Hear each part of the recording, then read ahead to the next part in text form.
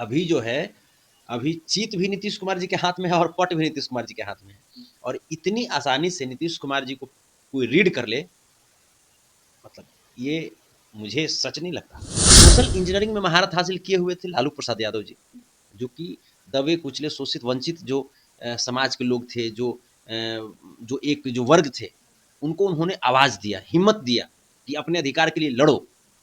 वो social engineering उन्होंने किया। लेकिन पॉलिटिकल इंजीनियरिंग अगर किसी ने किया है तो उनका नाम है नीतीश कुमार।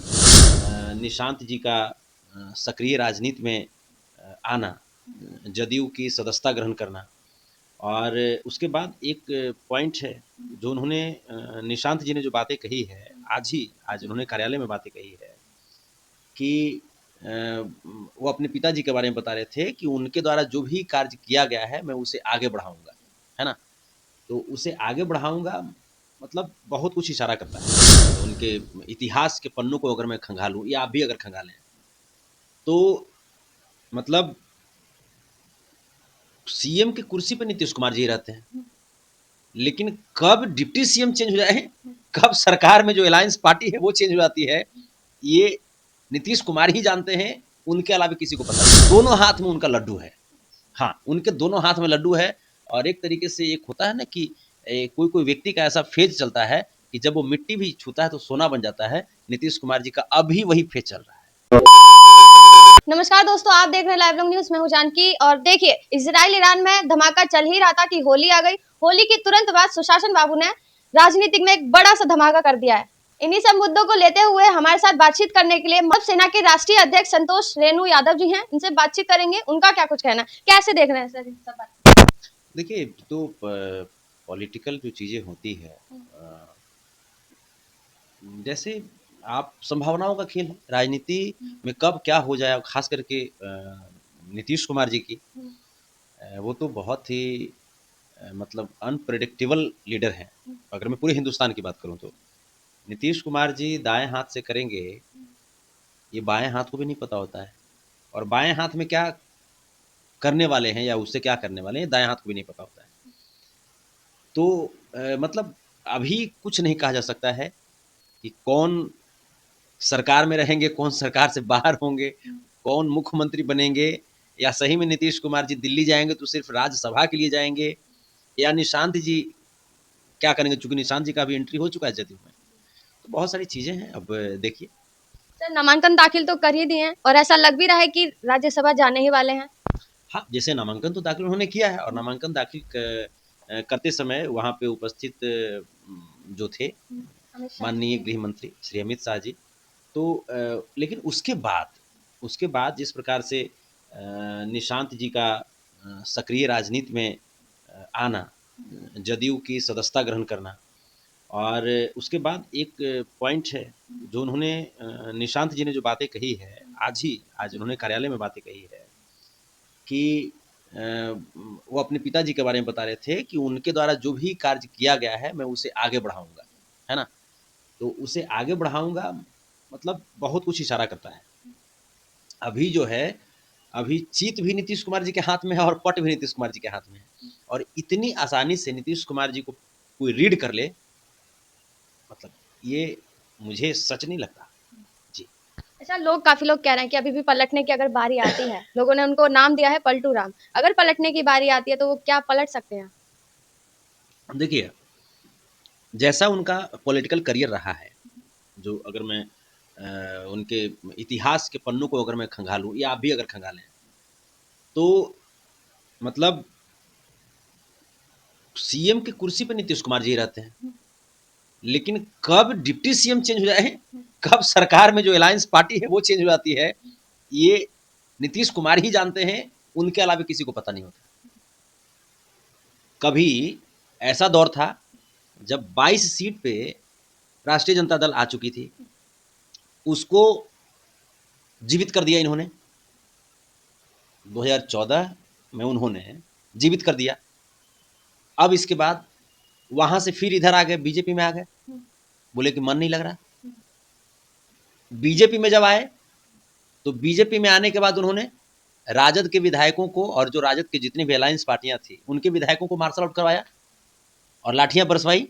पीठ पे विधायकों पे, आपको याद होगा।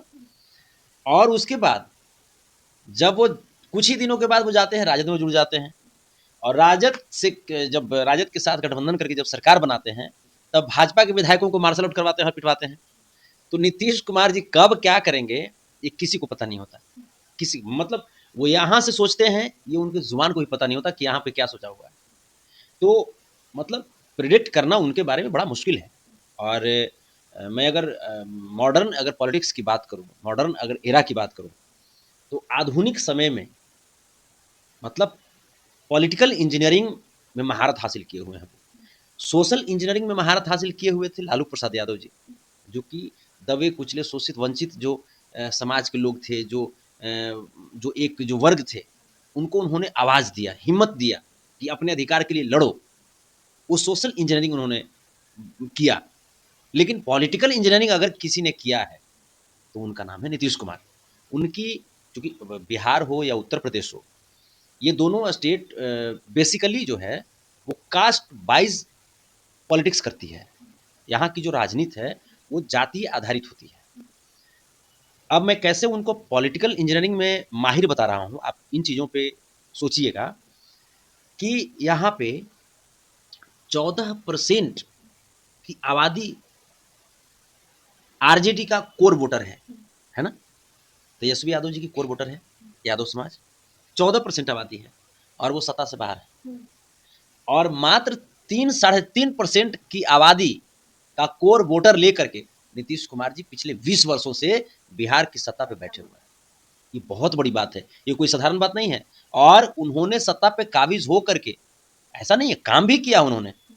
आप देख रहे हैं आज का जो एक नया दौर का जो बिहार आप देख रहे हैं, उसमें नीतीश कुमार जी की योगदान को आप नकार नहीं सकते। उन्होंने बहुत काम किया है। लेकिन मैं पॉलिटिकल इंजीनियरिंग में महारत हासिल इसीलिए मैं कह रहा हूं उनको कि मात्र 3.5% की आबादी, 4% भी नहीं है, और पिछले 20 वर्षों से वो बिहार की सत्ता को थाम करके रखे हुए हैं, जकड़ के पकड़ के रखे हुए हैं। उनके इर्द गिर्द सत्ता छोड़ने की बारी आती है तो वो छोड़ भी देते हैं, ऐसी बात नहीं, जो भी हो, कहने का मतलब कि सत्ता उन्हीं के इर्द गिर्द घूम रही है। बीजेपी को भी नचा रहे हैं, राजद को भी नचा रहे हैं। पर देखने में अब ऐसा लग रहा है कि बीजेपी उन्हें नचा रही है। नहीं, मुझे नहीं लगता। देखिए, जेडीयू के जो कार्यकर्ता हैं वो लोग बोल रहे हैं कि नीतीश कुमार के जो इर्द गिर्द लोग हैं बीजेपी वाले, वही नीतीश कुमार जी को नचा रहे हैं। नहीं, देखिए, नीतीश कुमार जी को नचा देना इतना साधारण सी बात नहीं है। मैं आपको बता रहा हूँ, कुछ दिन पहले आप चलिए, आरसीपी सिंह थोड़ा सा दाएं बाएं हो रहे थे, आरसीपी सिंह को किनारे लगाया गया ना। आप चलिए, ललन सिंह जी उस समय थोड़ा सा दाएं बाएं हो रहे थे, ललन सिंह जी को ही प्रस्तावक बना करके उनसे राष्ट्रीय अध्यक्ष का पद छीन लिया गया, नीतीश कुमार जी अपने हाथ में ले लिए। तो नीतीश कुमार जी को पता होता है कि कब किसको कहां से साइड करना है और कहां जाकर के किस मोड़ पे उसको जोड़ लेना है, ये उनको भली भांति पता होता है। तो ये जो चीजें हैं, ठीक है, कार्यकर्ता जहां तक है, कार्यकर्ता अपनी बात रखते हैं, कार्यकर्ता हर पार्टी के कार्यकर्ता सम्मानित होते हैं, क्योंकि वही असली ताकत होते हैं किसी भी पार्टी के। तो कार्यकर्ता भावना से ओतप्रोत होते हैं, बोल रहे हैं, कुछ भी बोल रहे हैं, उनकी बात को नकारा नहीं जा सकता, उनकी भावनाओं का सम्मान होना चाहिए। लेकिन एक बात आपको समझना पड़ेगा कि ये जितना जो खेल खेला गया है, ये कहीं ना कहीं नीतीश कुमार जी की एक सोची समझी स्ट्रेटेजिक स्टेप है। ये चलते मैं कह रहा हूं कि आप ये मत भूलिए कि निशांत कुमार जी की पॉलिटिक्स में एंट्री जो थी वो पिछले 5 वर्षों से ये चर्चा चल रही है ना। अभी आप कुछ दिन पहले देख लीजिए, उपेंद्र कुशवाहा जी की पार्टी में बगावत हो गई। बगावत क्यों हुई? उपेंद्र कुशवाहा जी अपने पुत्र दीपक प्रकाश जी को अचानक मंत्री बनाने के लिए शपथ ग्रहण करा दिया। अब जब शपथ उन्होंने लिया दीपक प्रकाश जी, उपेंद्र कुशवाहा जी की पार्टी में फूट पड़ गई, उनके विधायक बागी बन गए, हो गए ना। अब देखिए, नीतीश कुमार जी को भी इस बात का डर पहले से था, और इसी वजह से पिछले 5 वर्षों से जो लगातार चर्चा चल रही थी कि निशांत जी जदयू में सक्रिय सदस्य बनेंगे, जदयू का दामन थामेंगे, बागडोर थामेंगे। लेकिन नीतीश जी जानते थे कि जदयू जो है वो 2 खेमा में बटा हुआ है, और इसीलिए वो निशांत जी का एंट्री नहीं करा रहे थे। जान रहे थे कि जहां एंट्री कराएंगे विधायक लोग बागी हो जाएंगे, कि हम जिस परिवारवाद का विरोध कर रहे थे सब लोग बोलने लगेंगे कि आप भी तो परिवारवाद कर रहे हैं, है ना। तो अब यहाँ पे नीतीश जी ने ऐसा गेम खेला कि उनके सभी विधायक जो है वो आकर के दुहाई मांग रहे हैं, रो रहे हैं कि प्रभु आप तो चल दिए दिल्ली, हमारा क्या होगा है। तो अब खुद जो विधायक बागी होने वाले थे निशांत जी के एंट्री से, वो खुद हाथ जोड़ रहे हैं, गोड़ जोड़ रहे हैं कि प्रभु आप जा रहे हैं दिल्ली तक, कम से कम हमारा लिए निशांत जी को तो बुला दीजिए। इतनी बड़ी रणनीति ये नीतीश कुमार ही बना सकते हैं। अच्छा, अगर नीतीश कुमार जी दिल्ली चले जाते और कोई पार्टी में नहीं रहता तो पार्टी खत्म हो जाती और पूरे बिहार पर बीजेपी का राज होता? नहीं, देखिए यही तो हम कह रहे हैं कि ये तो सच्चाई बात है कि अगर निशांत जी जदयू का दामन नहीं थामते, बागडोर नहीं संभालते, तो जदयू का अस्तित्व खतरे में था, ये मेरा भी मानना है, ये सब लोग जान रहे हैं। बट अब ये जो स्थिति आई है, ये बीजेपी के लिए भी ये बहुत ही क्रिटिकल है। क्रिटिकल इस वजह से है क्योंकि बीजेपी जो पहले परिवारवाद का विरोध किया करती थी, अब बंगाल में जाकर के वो क्या कहेगी। ये तेजस्वी जी या जो कांग्रेस वाले हैं ये तो जाएंगे वहां पे, क्योंकि मुख्यमंत्री बनने का ख्वाब तो तेजस्वी जी के पास भी था, अभी भी है।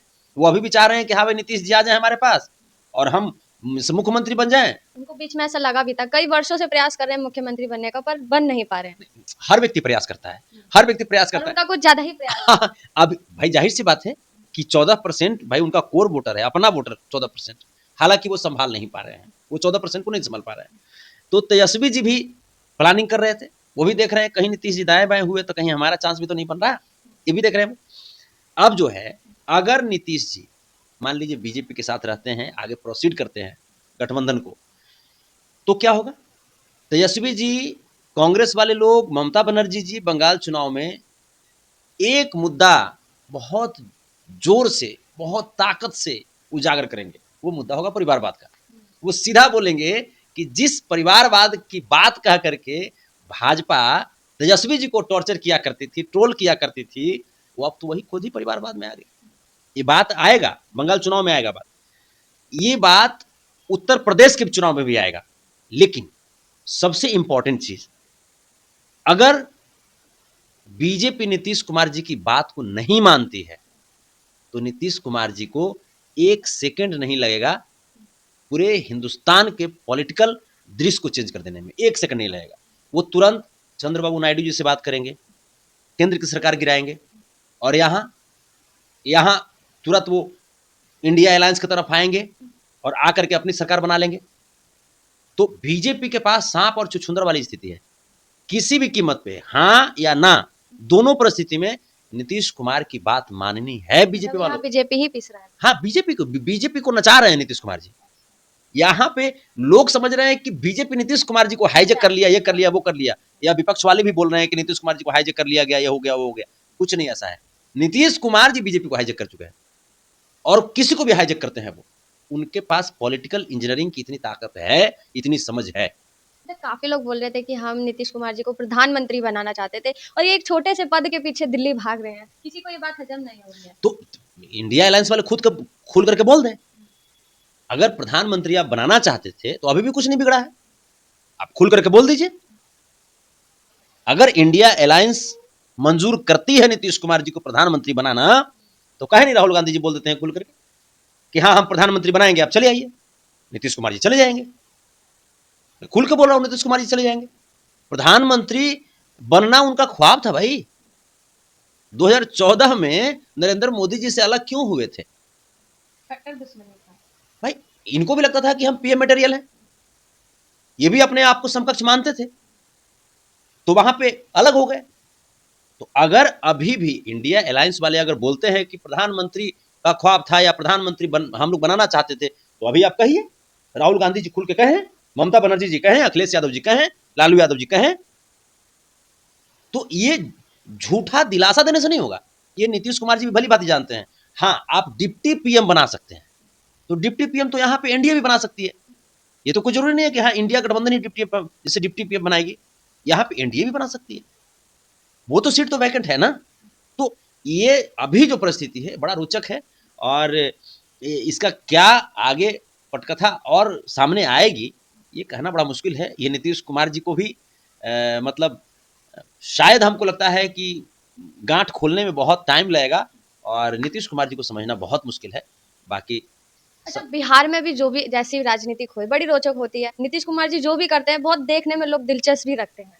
बिल्कुल जाहिर सी बात, हम आपको बोल तो रहे हैं कि आज के डेट में पूरे हिंदुस्तान में नीतीश कुमार जी जैसा अनप्रेडिक्टेबल लीडर कोई नहीं है। नीतीश कुमार जी जैसा पॉलिटिकल इंजीनियरिंग में महारत हासिल किए हुए नेता कोई नहीं है। अच्छा, अगर बात करें जेडीयू की कि निशांत कुमार ने आज जेडीयू का दामन थामा है, तो अगला कदम क्या होगा? अगला निशांत जी की भी इच्छा होगी सीएम बनने की। क्या नीतीश बन कुमार पाएंगे? नीतीश आप जब मैं आपको कह रहा हूँ कि नीतीश कुमार जी अभी सीएम थे, अभी हैं अभी भाई, अभी 10 अप्रैल तक। हाँ ठीक है, त्याग पत्र देंगे उसके बाद। तो निशांत जी जो हैं, निशांत जी भी इच्छा रख रहे होंगे सीएम बनने की। नीतीश कुमार जी की भी इच्छा होगी कि इससे बेहतर समय नहीं होगा भाई, अभी वो पावर में है, वो इस्तीफा देंगे और वो चाहेंगे तो तुरंत निशांत जी को ताजपोशी हो जाएगी सीएम के रूप में। ये हो सकती है, कोई बड़ी बात नहीं है। और मतलब नीतीश कुमार जी के ऊपर ये सारा कुछ निर्भर करता है। दोनों हाथ में उनका लड्डू है। हाँ, उनके दोनों हाथ में लड्डू है। और एक तरीके से एक होता है ना कि कोई कोई व्यक्ति का ऐसा फेज चलता है कि जब वो मिट्टी भी छूता है तो सोना बन जाता है। नीतीश कुमार जी का अभी वही फेज चल रहा है। तो बीजेपी का क्या हाल हुआ है? बीजेपी के लोग इंतजार करें, राजद के लोग इंतजार करें, तेजस्वी जी और उधर बीजेपी वाले लोग, ललटेन और कमल दोनों इंतजार करें कि तीर किधर घूमता है। जी निशांत कुमार मतलब नीतीश कुमार जी तीर कहीं भी मार सकते हाँ, कहीं भी उनका निशाना कहीं भी जा सकता है, हैं, कहीं भी जा सकते कहीं हैं। भी जा सकता अगर निशांत कुमार जी सीएम बनते हैं तो ये तो वही वाली बात होगी कि पारंपरिक घर का कोई सदस्य ही बन गया। अगर तेजस्वी को मौका मिलेगा कि बोलेंगे? है। हाँ बिल्कुल बोलेंगे, क्यों नहीं बोलेंगे। राजनीति में तो आरोप प्रत्यारोप का दौर चलता ही है और यहाँ तो फुल टॉस बॉल मिल जाएगी। तेजस्वी जी छक्का मारने में टाइम तो नहीं लेंगे। जैसे ही अब तो शुरू हो गया। अब आज आप देखिएगा, आज से आप टीवी चैनल पे आप डिबेट में देखिएगा, भर भर के लोग बोलेंगे। कांग्रेस के लोग या इंडिया अलायंस की जितनी भी पार्टियां हैं वो तो खुल करके बोलेंगी कि आप हमारे ऊपर परिवारवाद का आरोप लगाते थे, आप तो खुद ही परिवारवादी हैं। बोलेंगे और सहना भी पड़ेगा, और है भी सच्चाई बात। यही तो राजनीति। जाते जाते आप क्या कहेंगे नीतीश कुमार? बस आप स्वस्थ रहें, मस्त रहें, और अच्छा लगता है कि आप पूरे हिंदुस्तान की राजनीति को अपने इर्द गिर्द घुमा देते हैं। ये बहुत अच्छा लगता है। एक बिहारी सब पर भारी, ये बहुत अच्छा लगता है। ये बहुत बहुत धन्यवाद।